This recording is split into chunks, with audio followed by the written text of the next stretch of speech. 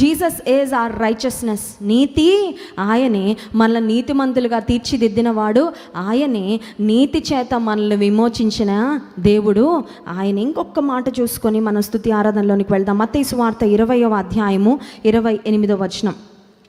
మత్తయి సువార్త 20వ అధ్యాయము 28వ వచనము అందరం కలిసి చదువుకుందాం. అలాగే మనుష్య కుమారుడు పరిచారము చేయించుకొనుటకు రాలేదు, కానీ పరిచారము చేయుటకును అనేకులకు ప్రతిగా విమోచన క్రయధనముగా తన ప్రాణమునిచ్చుటకును వచ్చినప్పుడే తెలుసు యేసయ్యకు.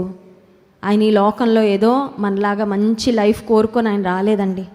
మనలాగా ఈ లోకంలో ఎవరైనా సరే ఏ కష్టం లేకుండా మంచి జీవితము, మన బిడ్డల కోసం అదే కోరుకుంటాం, మన కోసం అదే కోరుకుంటాం. మనల్ని ప్రేమించే వారి విషయంలో కూడా మన ఆశ, మన ప్రార్థన దానికోసమే మనం సహాయం చేస్తాం, ప్రయత్నం చేస్తాం. కానీ యేసు ప్రభు ఈ లోకంలో పుట్టినప్పుడే ఆయన చనిపోవడానికే పుట్టారు. అసలు ఆయన ఈ లోకానికి రావడానికి గల కారణమే ఆయన హింస పొందడానికి, శ్రమ పొందడానికి, మన పాపాలన్నీ ఆయన మీద వేసుకోవడానికి, మరణించడానికే ఆయన ఈ లోకానికి వచ్చారు. Jesus was born to die.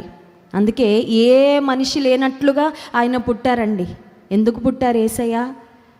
మనందరం అయితే మంచిగా బ్రతకడానికి పుడతాము, ఈ లోకంలో ఆనందంగా జీవించాలని కోరుకుంటాం. కానీ యేసయ్య సౌఖ్యాన్ని, ఆనందాన్ని దేన్నో ఆశించి ఈ లోకానికి రాలేదు, కానీ అనేకుల యొక్క పాపానికి విమోచన క్రయధనము చెల్లించడానికి యేసుక్రీస్తు ప్రభువారు వచ్చారు.